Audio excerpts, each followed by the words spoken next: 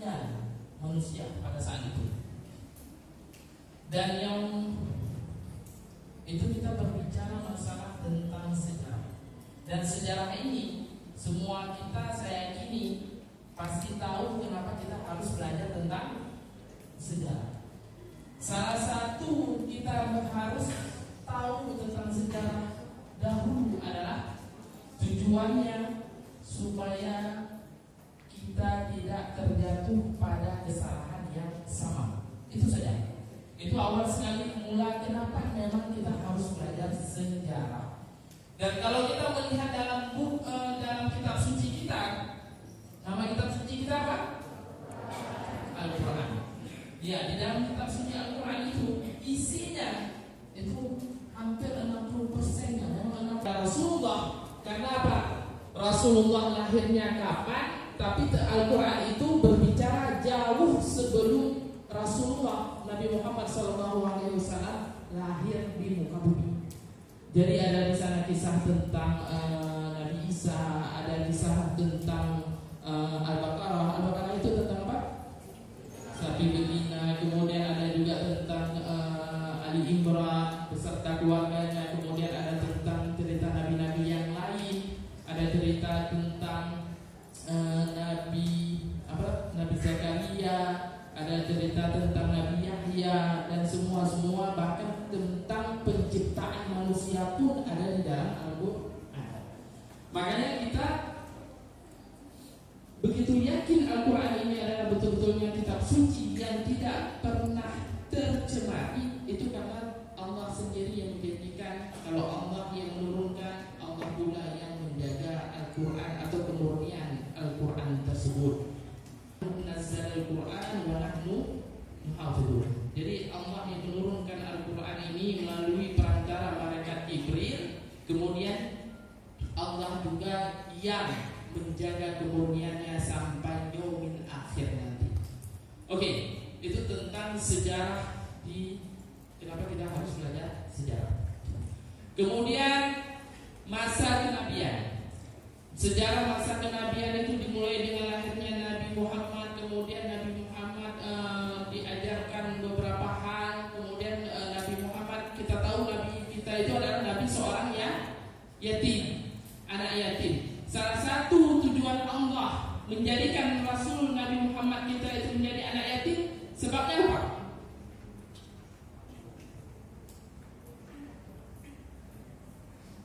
Kira-kira ada yang tahu nggak? Allah dijadikan menjadi yatim oleh Allah.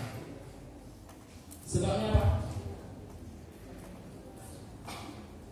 Halo, yang laki-laki, anak-anak, kenapa? Salah satu hikmah kenapa Rasulullah dijadikan menjadi yatim itu karena Allah ingin apa? Supaya Muhammad ini cuma Allah yang mendesainnya.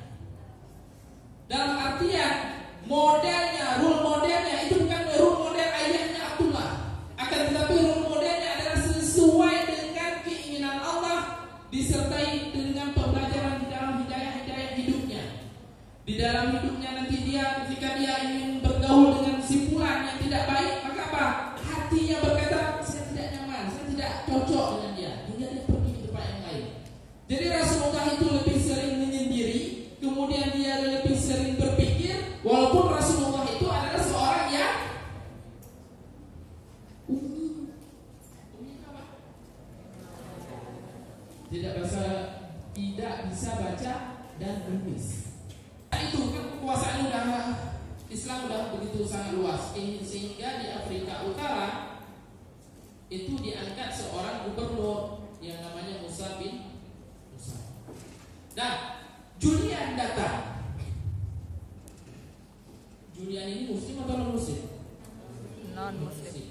Orang Katolik juga datang kepada pemimpin Islam pada saat itu yang berada di Afrika Utara, meminta bantuan untuk dibebaskan dari kezaliman, dari siksaan Raja Roderick. 10 Masehi, 710 Masehi. Orang yang dianggap dari 3 orang berpengaruh dalam pembebasan Andalusia. Jadi ada 3 tokoh yang paling berpengaruh dalam pembebasan Andalusia. Jadi pada tahun 710 dia inilah yang diutus oleh Musa bin Nusair. Siapa dia? Belum.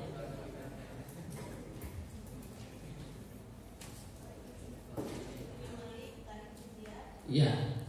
Jadi Tariq bin Malik ini diutus awal pertama sekali pada tahun 710 Masehi. Dan bala tentara yang dibawa cuma 500 pasukan, 100 berkuda dan 400-nya yang berjalan kaki. Cuma 500 orang dengan 4 kapal. Dan kapal untuk menyeberang ke Andalusia itulah Andalusia itu dibantu oleh ini. Jadi Julian ini orang yang membuka pintu bagi umat Islam untuk pembebasan Andalusia. Karena kebencian dia kepada rajanya, karena sudah dinodai anaknya, sehingga dia membuka pintu bahkan memfasilitasi 4 kapal untuk umat Islam menyeberang ke Andalusia dari Maroko pada saat itu. Jadi kenapa dikatakan orang manusia? Karena nggak semuanya Muslim ya. Ada yang dari memang Afrika Utara yang non Muslim, tapi mereka mengikuti Tariq bin Ziyad karena dia itu termasuk panglima perang yang tangguh. Nah, kemudian ketika wahai umat manusia, di belakang ada laut, di depan ada musuh. Nah, kalau kalian takut atau tidak bersabar dengan apa yang terjadi, maka apa? Silahkan kembali. Tapi posisinya bayangkan, itu kembalinya harus berenang. Hidup tidak pasti, mati lebih pasti dengan berenang. Dan di depan musuh kalian. Dan musuh kalian itu jumlahnya tidak sedikit. Dan kalaupun kalian meninggal, maka kalian meninggal dalam keadaan syahid.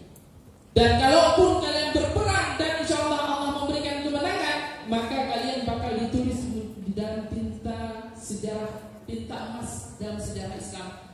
Kita adalah yang membebaskan Andalusia dari kezaliman Roderick.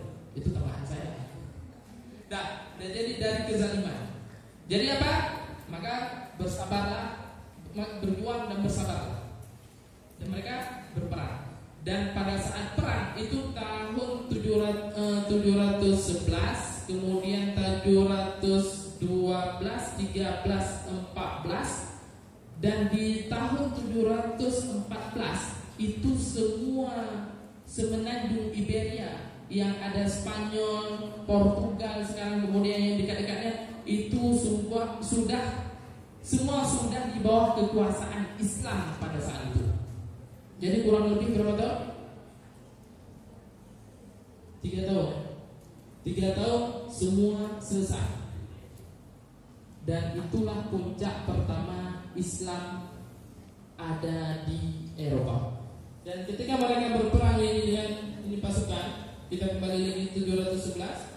Ketika berperang ini semua berperang hingga mereka merebut kekuasaan di Toledo, merebut ibu kota, dan itu dengan terbunuhnya Raja Roderick pada bulan Juli 19 Juli 711 dia mati. Dan kemudian Toledo sebagai ibu kota diambil alih, kemudian diperluas terus. Ingat nak, kenapa begitu mudah dan menang orang Islam? Walaupun nggak terlalu banyak dibahas, akan tetapi Julian ini, jangan kalian buang nama Julian ini. Julian ini adalah apa? Mengatakan kepada prajurit Roderick, apa yang dikatakan? Umat Islam datang ke sini bukan untuk menjajah kita, tapi untuk membebaskan kita dari kezaliman Roderick. Maka ketika sedang berperang, begitu awal berperang mereka 1000. Begitu sedang berperang, ada beberapa pasukan yang keluar dari barisan perang. Dan Roderick matilah di situ. Dan Toledo didapatkan, kemudian perluasan Islam lebih mudah hingga ke Malaga. Ini yang sering nonton Saragossa, kemudian Sevilla, Cordoba, itulah, terus Granada, itulah nama-nama itu. Jadi semuanya itu bahkan sampai ke Barcelona.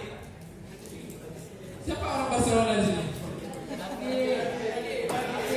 Ya, tergoncang gaji hingga baru diproklamirkan kekhalifahan Andalusia, Islam di Andalusia, dengan pemimpin pertamanya adalah Abdurrahman Ad-Dakhil. Ad-Dakhil di sini adalah apa?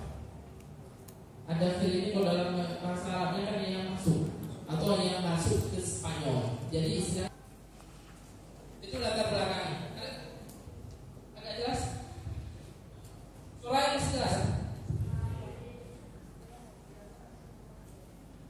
Ya.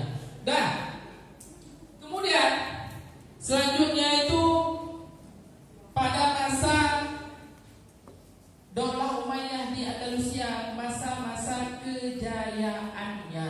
Jadi masa kejayaan Daulah apa sih? Daulah Umayyah di Andalusia apa saja yang dilakukan?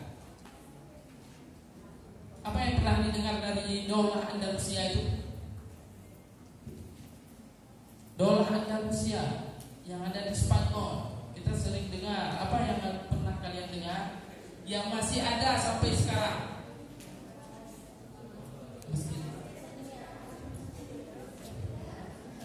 Masjid Cordoba, ya.